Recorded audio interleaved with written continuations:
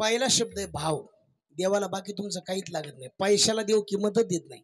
Estate किंमत देत नाही मला, जमीन किंमत देत नाही, त्याला लागतो भाव. गिरधर लाल बाब का त्याला भाव लावतो. पैशाने जर देव प्रसन्न झाला असता तर रावणाला लय लवकर भेटला असता. रावणाचे घर सोन्याचे होते का? घरात सोनं होत किती होते? 2 का 4?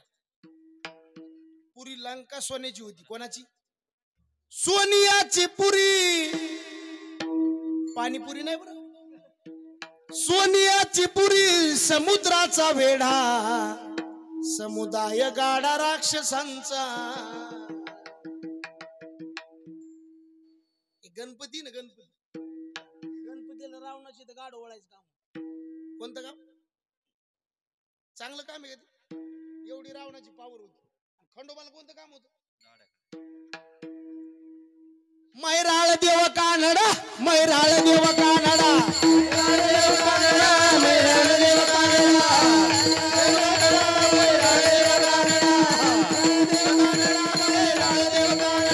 राक्षसांचा दाडा, राक्षसांचा दाडा, मैराळ देव कानडा, मैराळ देव कानडा, मैराळ देव कानडा, मैराळ देव कानडा, मैराळ देव कानडा, मैराळ देव कानडा, मैराळ देव कानडा, मैराळ देव कानडा.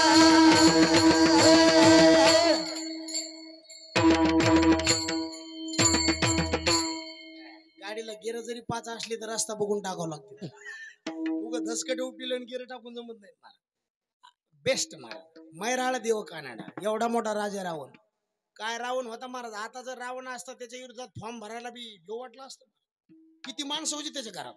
1 लाख पोरं, 1.25 लाख नातू आणि 80,000 ते बी एकाच एक. रावणाची बायको कोण होती? शांताबाई. कोण होती? मंदोदरी. आणि किती विद्वान होती माहिती का? मंदोदरीला उद्या काय घडणारे आज कळत होत. कोणाला? आपल्या बायकोला कळन का आपल्या वावरातला कापूस कोण चोरून नेईल?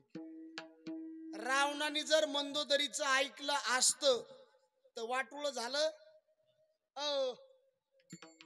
वाटुळ झालं. त्याच्यामुळं आपण सुद्धा आपल्या बायकोचं कधी मधी का व्हायना ऐकायला. वा रामकृष्ण. नाही तरी बायकोचं सगळ्याला ऐकावाच. कोण म्हणलं लागत? बायको पुढं कोणाचंच काही चलत नाही. बाईच्या जीबी जी औषधी कोण्यात मेडिकलला नाही. केवढा बी माणूस गारच होते महाराज. एक जण म्हणला कस काय गार होते? म्हणलं फ्रीजच तसले काही चलत नाही महाराज. काय चलत महाराज? आपली ताकद बाहेर. एक माणूस तड तड तड तड पाऊल करीत घरी आला महाराज. घरात आई बसलेली होती. आईला वाटलं भूक लागली, लेकरू आहे, वरण चपाती भात वाढली. पण काय ते दिवशी त्या वरणामध्ये बिघड झाली ती महाराज. त्याला असा राग आला म्हणे. तळपायच्या मस्त केली. लाज वाटावं म्हणे, खायला तरी नीट करी जा. माय म्हणले राजा ती वरण मी नाही केलं. कोणी केलं? मग तुझ्याच बायकोने केलं. असं वय पातळ नितळे पण चवदारी नाही का? माईकच्या उलट्या दांडी राहणार महाराज. आई रे बैमान दुनिया आहे. तुम्हाला वाटतं का महाराज? माय बापावर बोलणारे लोक भरपूर झालीत, सेवा करणारे कमी झालीत. इथून लोक पंढरपूरला जातील आणि माय बापाला मारतील. माय बापा संग बोलत नाहीत. इथून पंढरपूरला जातील. उपयोग आहे काय जाऊ? पंढरपूरला कोणाचं मंदिर आहे? पांडुरंगाचं. आणि पाण्यात मंदिर कोणाचं आहे? मग पुंडलिकामुळं पांडुरंग आहे का पांडुरंगामुळं पुंडलिक आहे? पुंडलिकामुळं. बरं पुंडलिकामुळं का त्यांनी दोघांची सेवा केल्यामुळं? कोणा दोघांची? बायकोची मेवणीची. मग हे आपल्याला कळायला नाही पाहिजे का? इकडे काशीला जातो बोंबल आणि मायला 3 वर्ष झालं बोलत नाही. कुठं जातो? आणि तिथून आला की लोकांना ताण देतो. साऱ्या गावात काशी केली, काशी केली, काशी केली, काशी केली. त्याला म्हणलं चहा घे ना. कपात घेत नाही, बुटात घेतो. हे वाईट हो गे ना. काशीचा नियम तुम्हाला माहिती का? घरात जर आपली माय जिवंत असन काशी करता येत नाही. तिथला नियम आहे. मग पंढरपूर सोपं आहे ना. 2 बायका घेऊन गेला तरी जमतो. काय ताण? खट नट यावे शुद्ध भवनी. नुसते खट नट नाही, नट बोलट तुटलेले बी या तरी पंढरपूरला जे जे कार्य विठ्ठला. ज्याने आई वडिलांची सेवा केली त्याला कोणतं तीर्थ करायची गरज नाही. ज्याच्या आईच्या चेहऱ्यावर हसू आहे बापाच्या चेहऱ्यावर समाधान आहे आणि हृदयात ज्याच्या हिंदू धर्माबद्दल प्रेम आहे, जगातला नंबर 1चा श्रीमंत माणूस तो. काय गरज नाही मला. बाजूला कुठून गेलो तुम्ही?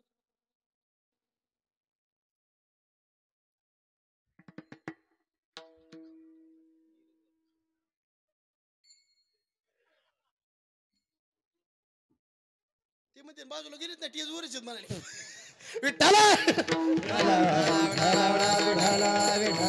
किती वैभव होतं महाराज. राजा रावणाचं वैभवाचा विचार करा महाराज, किती वैभव होतं महाराज.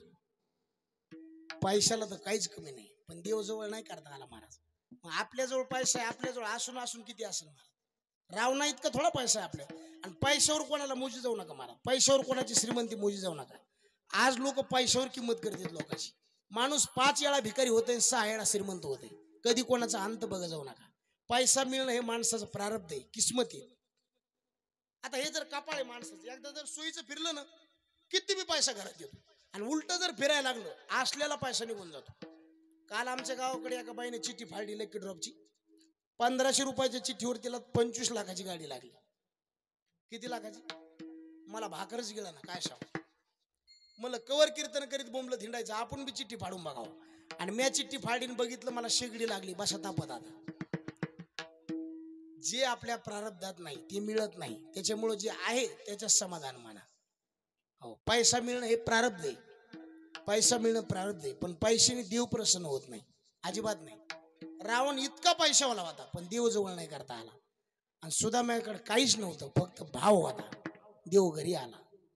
फक्त देवाला काय लागतो तुमचा? काही न लगे एक भावाची कारण, काही न लगे एक भावाची कारण, काही न लगे एक भावाची कारण, काही न लगे एक भावाची कारण. तुका म्हणे आण विठोबाची, तुका म्हणे आण विठोबाची, तुका म्हणे आण विठोबाची.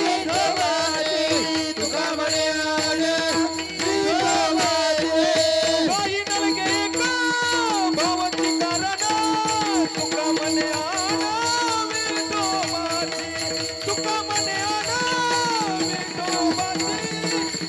म्हणे आण विठोबाची.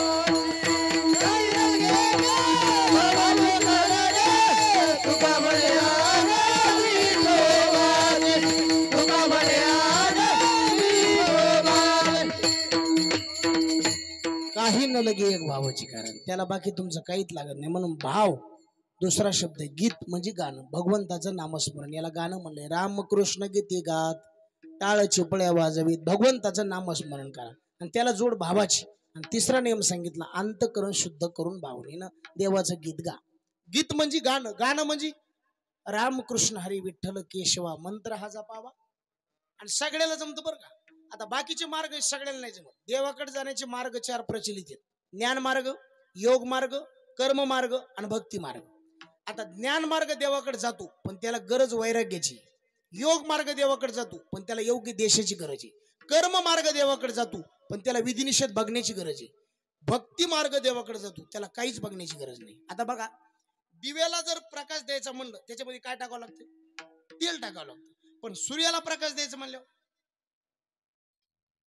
गरज कशाचीच नाही. तुम्हाला आम्हाला जर शिकार करायची, हातामध्ये काहीतरी शस्त्र पाहिजे.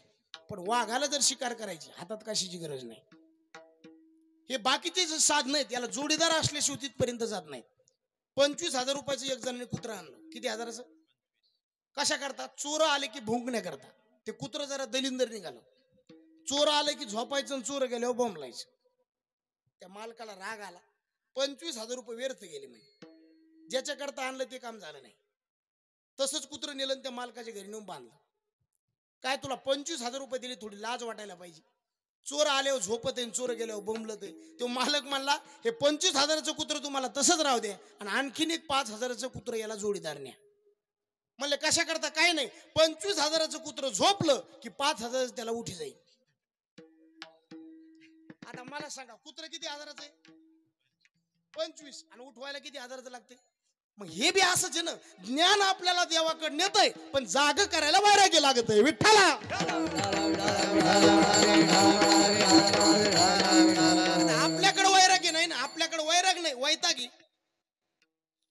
वैराग्य कुठे?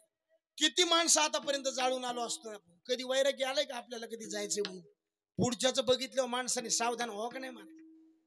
लोक म्हणतात ना दूध पोळाल्यावर ताक सुद्धा. आता आपलं फुकून थोडं चाललंय महाराज. सावधानतेचे इशारे आहेत महाराज. नाही कळत आपल्याकडे वैराग्य नाही, त्याच्यामुळे ज्ञानाचे अधिकारी नाहीत आपण. मग आपल्याला जमणारं फक्त नामस्मरण, त्याला काही बघायची गरज नाही. डायरेक्ट देवाशी नातं जोडून देते, मध्ये कोणाची गरज नाही. 4 माणसं वाट्यावर बसलेली होती. एक माणूस आला, म्हणले आम्हाला ते सखाराम तात्याच्या घरी जायचे. त्यातला पहिला माणूस म्हणला महाराज मी तुम्हाला ती गल्ली दाखवून देतो. दुसरा माणूस म्हणला महाराज मी तुम्हाला त्या गल्लीत नेऊन सोडतो. तिसरा माणूस म्हणला महाराज मी तुम्हाला त्या घरी नेऊन सोडतो. आणि चौथा माणूस म्हणला महाराज ज्यांच्या घरी तुम्हाला जायचं का तो माणूसच मी. याला भक्ती मार्ग म्हणतात. काय म्हणतात? भक्ती मार्ग. आता जमलं भाऊ इतक्या उशिरा म्हणल्यावर. हे भक्ती मार्ग आहे, हे अंतरंग लक्षण आहे. म्हणून बाकी साधनं करू नका, भक्ती मार्ग. आणि बघा हे डबल पॉवरची मशीन आहे. भगवंताचं नाम किती पुण्य निर्माण करते आणि पाप खलास करते. आणि भगवंताचं नामस्मरण जर अंतकरण शुद्ध करून भावनेनं तुम्ही केलं, ज्ञान वैराग्याकडे जायची तुम्हाला गरज नाही, ते तुमच्या घरी आले पाहिजे. पुढे भक्तीने धरिले हाती, भक्तीने धरिले हाती, भक्तीने धरिले हाती, मागे ज्ञान वैराग्य धर्म येती, मागे ज्ञान वैराग्य धर्म येती. स्थिर केली जी आचपळ होती, स्थिर केली जी आचपळ होती, सिद्ध आणून लावलेली पलपिका. मनवोनी आलो या देशा, मनवोनी आलो या देशा,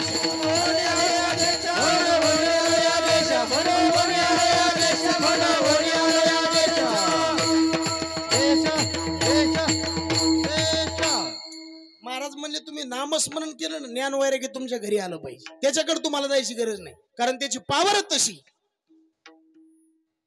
नामस्मरण केलं, ज्ञान वैराग्य